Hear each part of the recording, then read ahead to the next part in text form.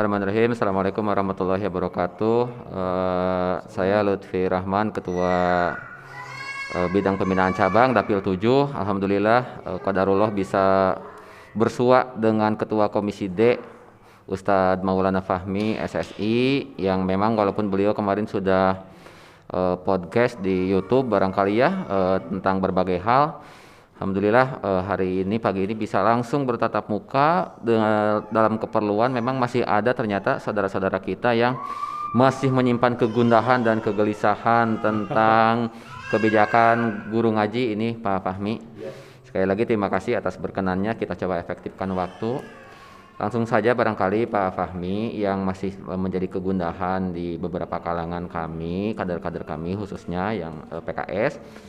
Mereka memang positioningnya barangkali membawa juga aspirasi dari guru-gurunya, karena sebagian juga mereka punya madrasah, kemudian punya pasukan guru-guru yang melihat bahwa kebijakan sekolah mengaji ini dikhawatirkan ini akan menggerus keberadaan madrasah diniyah takmiliyah. Nah, kemudian juga yang turut dipertanyakan adalah kalau tidak salah katanya janji bupati dulu, bupati terpilih Bedas, insentif guru ngaji itu murni akan diberikan dalam bentuk penguatan perda diniyah gitu ya, yang memang sudah ada kan ya perda diniyah, itu lewat sana saja untuk tambahan insentif dan sebagainya. Jadi tidak perlu lagi sekarang membuat sebuah program yang melalui sekolah mengaji, karena tadi kekhawatirannya justru mengapa tidak memperkuat madrasah diniyah yang sudah ada lewat sana saja. Yang ketiga, dalam proses rekrutmennya sebagian sekarang mengaku banyak yang mundur di Pamengpeuk, Cangkuang dan sebagainya. Itu dikarenakan mereka katanya merasa kecewa karena dalam proses penentuan guru-guru ngajinya banyak yang mohon maaf tidak jelas, ini orangnya tidak punya kualifikasi pernah ngajar ngaji di mana dan sebagainya, tapi bisa masuk, sedangkan dari guru-guru ngaji yang ada itu tidak memenuhi syarat, tidak lolos. Kurang lebih itu dulu barangkali, mohon maaf kalau borongan. Terima kasih. Baik, kita mau jelaskan satu-satu ya soal eksistensi. Jadi dengan program guru ngaji ini tidak akan menggerus eksistensi diniyah. Kenapa? Pertama, dari sisi sumber daya, guru ngaji yang ada di diniyah itu secara otomatis yang sebelumnya dapat insentif ya 100.000 per bulan, itu konsepnya dan regulasinya itu otomatis dimasukkan kepada program guru ngaji. Gitu. Jadi kalau Bapak Ibu yang selama ini dia ngajar di diniyah dan dapat 100.000 per bulan dari FKDT, itu secara otomatis dia akan diikut sertakan di insentif guru ngaji, sekolah guru ngaji ini. Nah, berarti kan secara nilai dari 100.000 jadi 500.000. Nah, ini mah kan memang lebih besar lah secara nominal. Kemudian apakah nanti jamnya akan terganggu di diniyah? Dipastikan tidak. Karena semangatnya sih awalnya pemerintah ingin memuliakan guru ngaji itu. Bagaimana cara memuliakannya? Yang sebelumnya kan sudah 100.000 cara memuliakannya itu. Ini dari sisi materi. Tapi kan bupati dalam hal ini pengen lebih dan pengen diperluas. Akhirnya dibuatlah program guru ngaji. Jadi semangatnya itu ingin memuliakan guru ngaji. Tetapi secara regulasi kan enggak ujuk-ujuk pemerintah ngasih aja uang, dan itu pun setiap bulan. Nah, makanya kita ini terbatas oleh regulasi. Kalau mau ngasih hibah bisa hibah 500.000, tapi tidak setiap bulan. Itu kendalanya. Kalau misalnya mau ngasih hibah ya udah cukup sekali. Nanti dapat lagi 2 tahun yang akan datang. Itu regulasi. Nah, aturan hibah seperti itu nggak boleh. Aturan hibah. Nah, makanya dibuatlah aturannya insentif atau honor. Yang namanya insentif dia dikasih karena ada ada pekerjaan. Nah, pekerjaannya apa? Pekerjaannya yaitu dia diberi tugas oleh dinas, dalam hal ini ya konsepnya dinas pendidikan. Nah, jadi dia kasih tugas, melalui tugas itu dia mengajar di jam di mana, di sekolah yang ditunjuk. Kalau gimana diniyah yang selama ini rutin majelis taklim, kemudian di pesantren itu nggak berjalan seperti biasa. Atau kalau ada guru ngaji yang dia tidak di majelis taklim, dia tidak di diniyah, misalnya dia di mana pekerjaan, itu pekerjaan seperti biasa. Nah, tapi memang minimal kita buat, karena ada surat tugas itu dia ditugaskan di sekolah minimal 1 pekan 1 kali. Gitu ya. Waktunya kapan? Bisa pagi, bisa sore, bisa siang. Berapa kali frekuensinya itu disepakati. Yang jelas disepakati dengan sekolah. Yang jelas jangan mengganggu guru jamnya di diniyah, jangan juga mengganggu jam pelajaran formal gitu. Dan juga jangan mengganggu rutinitas yang si guru ngaji itu biasa lakukan. Nah, tetapi dia mengerjakan tugas di sekolah yang ditunjuk. Nah, atas dasar tugas itu dia dikasih honor gitu. Selama ini memang begitu konsepnya. Memang apakah ini eksistensinya akan mundur? Justru ini memperkuat. Selama ini ditanyain kenapa nggak pakai Perda Diniyah? Perda Diniyah itu sudah ada. Perda Diniyah itu 2008. Perbub soal penguatan diniyah itu di 2010 itu sudah ada. Dan itu memang kita sadari Perda itu harus direvisi kayaknya. Nah, justru dengan momentum guru mengaji ini momentum sebenarnya. Kita bisa merevisi Perda Diniyah itu, karena saya baca memang ada sisi-sisi yang perlu disempurnakan. Contohnya SMA ya. SMA itu ada ULA ya. Ininya tuh kelasnya. Nah, itu kan sudah sama provinsi. Nah, kemudian dalam pengistilahan Dinas Pendidikan dan Kebudayaan. Nah, itu juga perlu direvisi. Nah, jadi itu ya. Kenapa nggak diperkuat Perda Diniyah? Sebenarnya kita punya Perda Diniyah, dan momentum ini kita insya Allah akan coba memperkuat Perda Diniyah dengan momentumnya adalah guru mengaji. Kemudian banyak sekali temuan-temuan di lapangan, termasuk perekrutan dan kualifikasi. Nah, ini di sisi lain ya, Jadi beginilah. Jadi intinya Bupati punya keinginan, niatnya bagus.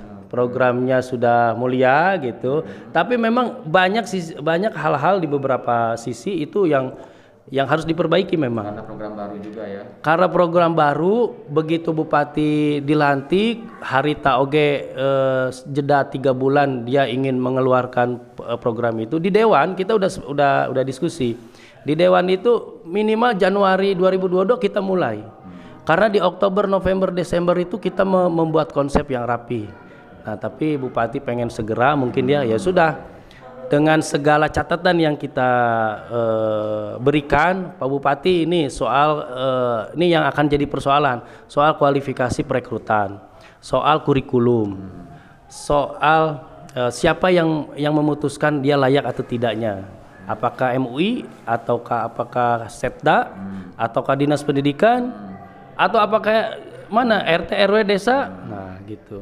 Ini yang jadi nilai-nilai yang hal-hal yang perlu kita terus evaluasi. Tapi yang jelas begini, ini kesempatan berharga.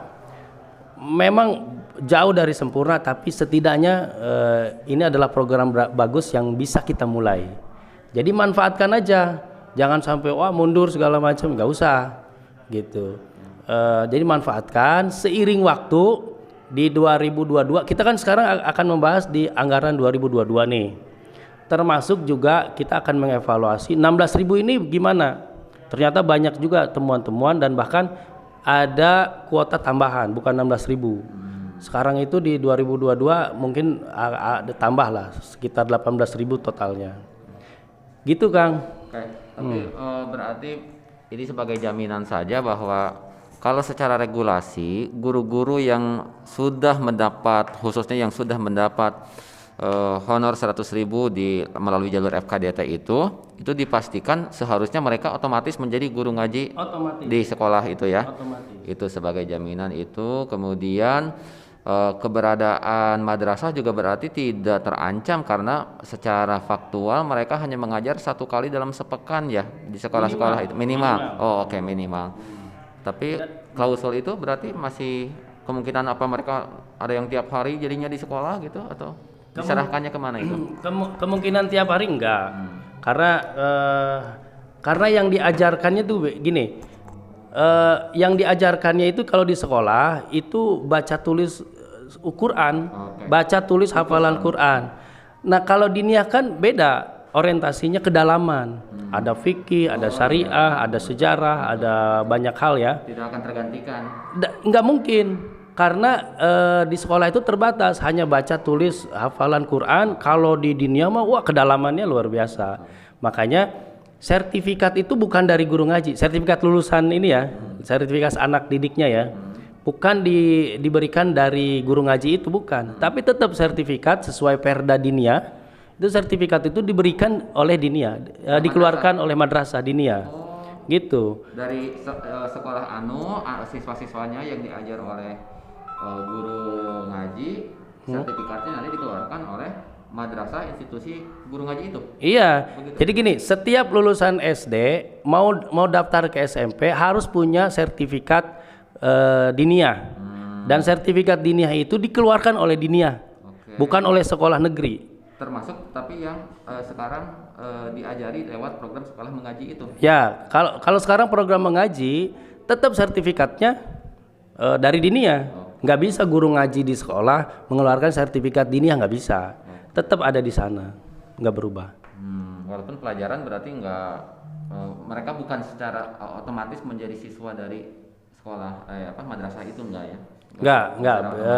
Nggak beda. Lain ya? Ya, mekanisme lain. Didorong ke madrasah tetap juga malah bisa jadi dipromosikan untuk anak-anak di sana. Nah, yang perlu kita tahu, Perda Diniyah yang dulu ditetapkan diketok oleh tahun 2008 itu inisiatif dari PKS. Nah, karena kedorongan kuat dari PKS, akhirnya jadilah sebuah perda. Kemudian tahun 2010 oleh Bupati, waktu itu Bupatinya Pak Obar, dibuatlah perbubnya. Jadi ada yang bilang ini ada janji politik dari Dewan PKS. Bukan Dewan PKS, justru ini visi dari PKS yang membuat perda diniyah di setiap kota kabupaten, dan itu sudah terrealisasi. Dan itu sudah mulai dari 2008. Jadi perjuangan kita tentang membangun keumatan itu sudah mudah-mudahan sudah ada kerasa, apalagi kita menginisiasi juga pas periode sebelumnya itu ada perda tentang optimalisasi zakat. Itu dari PKS juga. Jadi program-program keumatan alhamdulillah. Nah, ditambah oleh Bupati yang sekarang dia ingin memperkuat guru ngaji, saya pikir ini juga ada irisannya dengan Perda Diniyah. Gitu. Jadi kewajiban soal si anak harus sekolah di diniyah di samping sekolah negeri itu tetap ada. Jadi eksistensi diniyah tidak akan tergerus, insyaallah. Siap. Oke, baik teman-teman, kalau yang kami bisa petik bahwa yang pertama program ini sepenuhnya adalah upaya untuk justru meningkatkan kesejahteraan para guru ngaji, khususnya yang sekarang barangkali sudah di madrasah-madrasah diniyah. Yang kedua, komitmen PKS tidak pernah berubah bahwa kita akan selalu untuk memperkuat positioning madrasah ini, bahkan dengan program sekolah mengaji ini memperkuat barangkali promosi dan sebagainya untuk mereka bisa direkrut di sekolah-sekolah madrasah yang dimiliki, begitu barangkali ya. Yang ketiga, kalau seandainya ada perkara-perkara di lapangan kekeliruan dari regulasi yang tadi Pak Fahmi sampaikan, yakni tentang rekrutmen, guru ngajinya yang tidak sesuai dan sebagainya, boleh dilaporkan barangkali ya Pak ya? Mangga dilaporin hotline ke kita aja, ke fraksi PKS. Oke, jadi dilaporkan aja kalau ada temuan-temuan di lapangan yang tidak sesuai dengan regulasi yang tadi tergambar sudah bagus itu, silakan dilaporkan ke baik melalui saya dulu langsung ke Pak Fahmi atau ke fraksi PKS DPRD Kabupaten Bandung. Demikian, mudah-mudahan menjadi penghilang kegundahan dan tetap menjaga kerukunan dan semangat kita untuk menjadi partai rahmatan lil alamin insyaallah. Terima kasih Pak Fahmi, jazakallahu khairan. Assalamualaikum warahmatullahi wabarakatuh. Assalamualaikum warahmatullahi wabarakatuh.